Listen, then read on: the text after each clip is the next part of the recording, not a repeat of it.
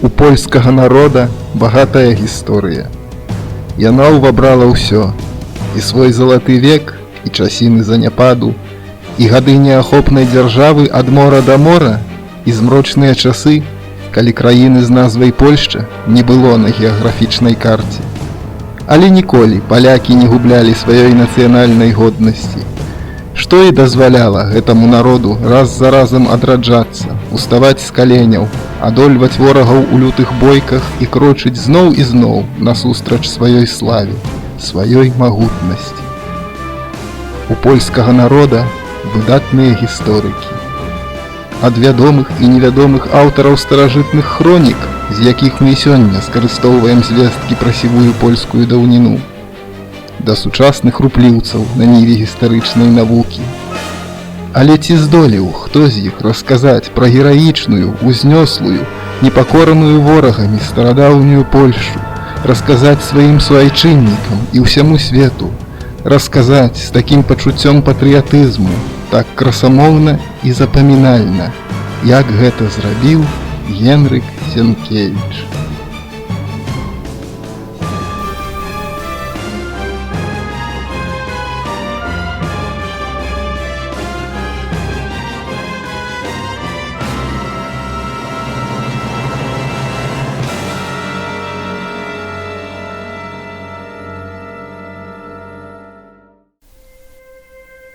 Відаць, яму наканавана было быць вялікім пісьменнікам. Можа, першую кроплю літаратурнага таленту Генрык атрымаў з малаком маці Стэфаніі. Яна ў свой час пісала вершы, дзве яе паэмы былі надрукаваныя ў перыёдыцы. Так гэта ці не, але ўжо ў маладыя гады нараджэнец вёскі Воля Акшэйская, што на Падляшшы, выяўляў большую цікавасць да Гамера і польскага эпасу мінулых стагоддзяў, чым да дзіцячых забавак. І калі юнаком апынуўся ў Варшаве, то некаторы час вагаўся паміж медыцынай, так хацелі бацькі, і юрыспрудэнцыяй, але свой выбар зрабіў на карысць факультэта філалогіі і гісторыі. Нельга сказаць, што шлях Сенкевіча ў літаратуру быў лёгкім. Каб зарабіць на жыццё, даводзілася працаваць і гувернёрам, і рэпетытарам. І першым яго літаратурным творам не заўсёды шанцавала. Першую, яшчэ юнацкую аповесць знішчыў сам. Сёе-тое з іншага не ўхвалілі строгія рэдактары польскіх перыёдык. Але талент і ўпартыя намаганні зрабілі сваю справу. Захапленне адначасова журналістыкай і тэатрам злучыліся ў адно і зрабілі Сенкевіча прыкметным на той час тэатральным рэцэнзентам. Журналісцкая паездка ў Амерыку, тады Генрыку было ўжо 30, адзначана лістамі з падарожжа, якія атрымалі добры водгук ад чытачоў. У 1870-е гады пачалі з'яўляцца і мастацкія творы Сенкевіча, якія выдавалі прыкметны літаратурны патэнцыял. Пра што б не пісаў малады пісьменнік, пра лёсы польскага сялянства ці пра свае ўражанні ад замежных вандровак, пра блуканні няшчасных суайчыннікаў-эмігрантаў ці пра вынішчэнне каланізатарамі амерыканскіх індзейцаў, яго прозе нязменна быў уласцівы патрыятычны пафас, дынамізм дзеяння, эмацыйнасць аповеду, майстэрства пабудовы кампазіцыі і абмалёўкі характараў. Усе гэтыя рысы пазней сталі вызначаць і самыя значныя творы Сенкевіча, і раманы пра сучаснасць без догмату, сям'я Паланецкіх і, канешне ж, яго гістарычныя шэдэўры. Прычыну, па якой літаратар зрабіў крок у бок гістарычнай прозы, сам ён тлумачыць так. Ці не лепей, ці не здаравей будзе замест таго, каб маляваць сучасны стан разумовага жыцця, цяперашніх людзей, марныя намаганні і бяссілле, паказаць грамадству, што былі яшчэ больш страшныя і адчайныя часы, але нягледзячы на гэта, наступіла адраджэнне і выратаванне. Першае можа канчаткова расхаладзіць і давесці да адчаю. Другое надае сілу, жывіць надзею, абуджае жаданне жыць. Неўзабаве пасля першай спробы на ніве гістарычнай літаратуры аповесці «Татарская навала» выходзіць раман «Агнём і мячом». Услед за ім Сенкевіч піша «Патоп» і «Пана Валадыёўскага». Так з'яўляецца на свет трылогія, прысвечаная войнам Рэчы Паспалітай 17-го стагоддзя. Страшны і пакутны час. кроў ільецца ракой. Палаюць гарады і вёскі. Загубленыя жыцці не паддаюцца ўліку, а іх цана падае да нуля. Пра ўсё гэта пісьменнік апавядае з суровым майстэрствам рэаліста, але насяляе гэтую гістарычную прастору героямі шмат у чым і рэальнымі, рамантызаванымі, гіпербалізаванымі, падобнымі на казачных волатаў і герояў рыцарскага эпасу, на адважных ваяроў Вальтера Скотта і мушкецёраў Александра Дюма. Пакуль літаратары, гісторыкі ды іншыя дасведчаныя асобы вялі спрэчкі наконт праўдзівасці апісання падзей і трактоўкі аўтарам тых ці іншых персон, сваю важкую ацэнку трылогіі далі самыя розныя колы польскага грамадства. Не паспеў убачыць свет першы раман, а чытачы ўжо цікавіліся, што будзе далей з героямі, якія ім палюбіліся. З'яўляецца працяг, і нават тыя, хто, як піша Стэфан Жыроўскі, ніколі нічога не чытае, патрабуюць патоп. Ён жа распавядае і пра тое, што людзі, дачакаўшыся на правінцыйнай пошце чарговага нумара газеты «Слова», забываліся пра свае справы, затрымліваліся тут па некалькі гадзін, каб паслухаць паштовага чыноўніка, які ўголас чытаў старонкі з патопа. У сталічных арыстакратычных салонах ставяцца модныя тады жывыя сцэны паводле раманаў трылогіі. Сенкевічу удзячнае кіраўніцтва горада з баража, гераічную абарону якога пісьменнік малюе ў рамане «Агнём і мячом». Тут яго імя атрымала адна з вуліц.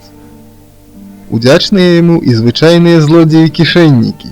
Украдзеным Сенкевіча гадзіннік праз колькі дзён вяртаецца да ўладальніка ў пасылцы з лістом. Прабачце, маўляў, дурню, які не пазнаў пана Сенкевіча. Даніну польскай гісторыі Сенкевіч аддаў і ў рамане «Крыжакі». У ім адлюстраваны адзін з найбольш драматычных момантаў у мінуўшчыне польскай дзяржавы. На мяжы 14-15 стагоддзяў яна апынулася перад смяротнай пагрозай з боку тэўтонскага ордэна.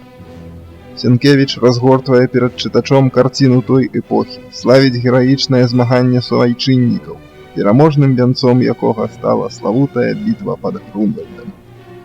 У рамане пісьменнік дае літаратурнае жыццё знакавым постацям польскай гісторыі, узбагачае галерэю вобразаў нацыянальнай літаратуры запамінальнымі вобразамі адважных ваяроў Мацькі і Збышкі, магутнага і храбрага Юранда і ягонай дачкі Данусі, разам з якой у творы з'яўляецца каханне.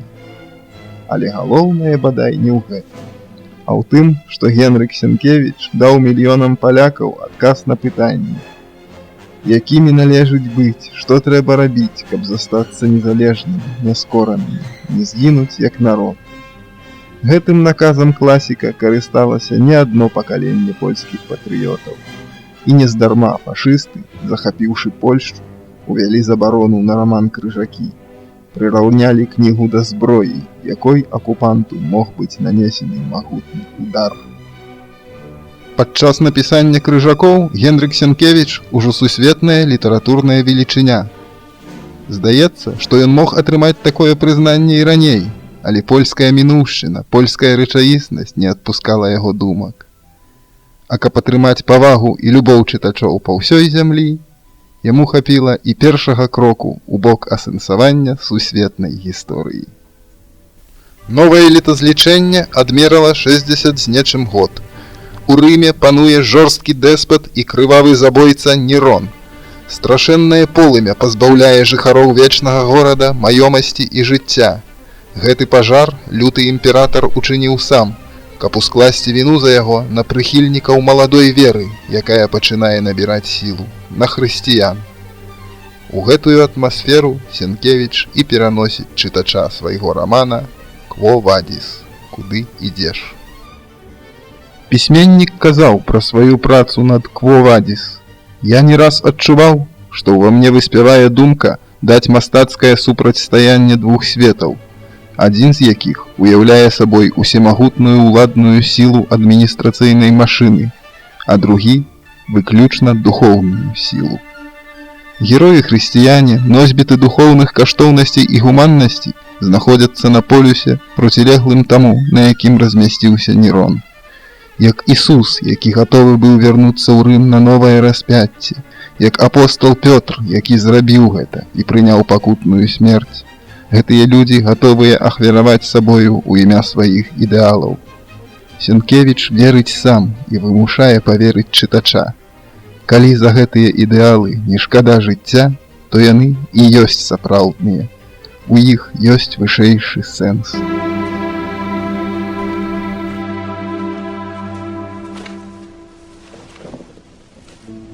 Видишь это сияние, которое приближается к нам? Не вижу ничего, Рабби.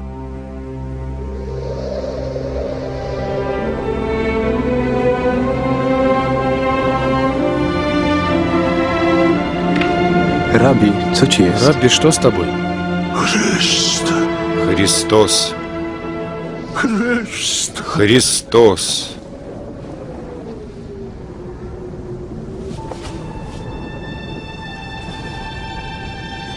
Quo vadis, Domine?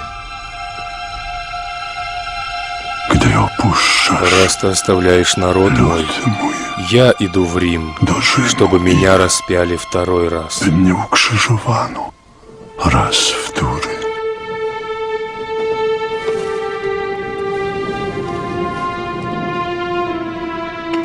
Quo vadis, Domine? Кому грядеши, Господи? Куда мы идем? Возвращаемся в Рим.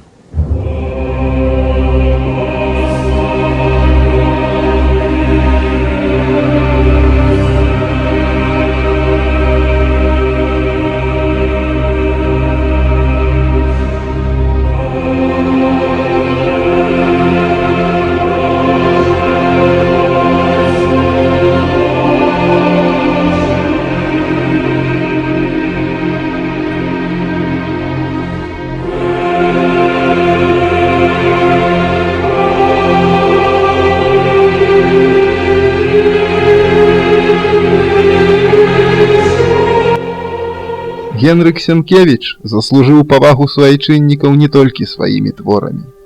Удзячны сын польскай літаратуры, ён прыклаў шмат намаганняў для ўшанавання памяці Адама Міцкевіча, асабліва шмат зрабіўшы ў справе адкрыцця музея класіка і помніка яму ў Варшаве. Польшча не забудзецца і пра дабрачынныя дзеянні пана Сенкевіча. Дзякуючы фонду імя Марыі Сенкевіч, першай жонкі пісьменніка, атрымалі дапамогу многія з тых, каму яна была патрэбна, у прыватнасці хворыя на сухоты. У гады Першай сусветнай вайны палякі, што сталі яе ахвярамі, адчувалі падтрымку са Швейцарыі ад спецыяльна створанага камітэта. У ліку заснавальнікаў яго быў і Сенкевіч. Ён зрабіў на дзіва шмат для Польшчы і яе народа. Але гэтыя вялікія справы і здзяйсненні сціплы класік не ўспрымаў як выключна свае. У момант найвышэйшага прызнання на банкеце з нагоды атрымання Нобелеўскай прэміі Генрык Сенкевіч прамовіў: «Гэтыя ўшанаванні належаць не мне. Польская зямля пладавітая і ведае пісьменнікаў лепшых за мяне, а польскай вялікасці і польскаму генію».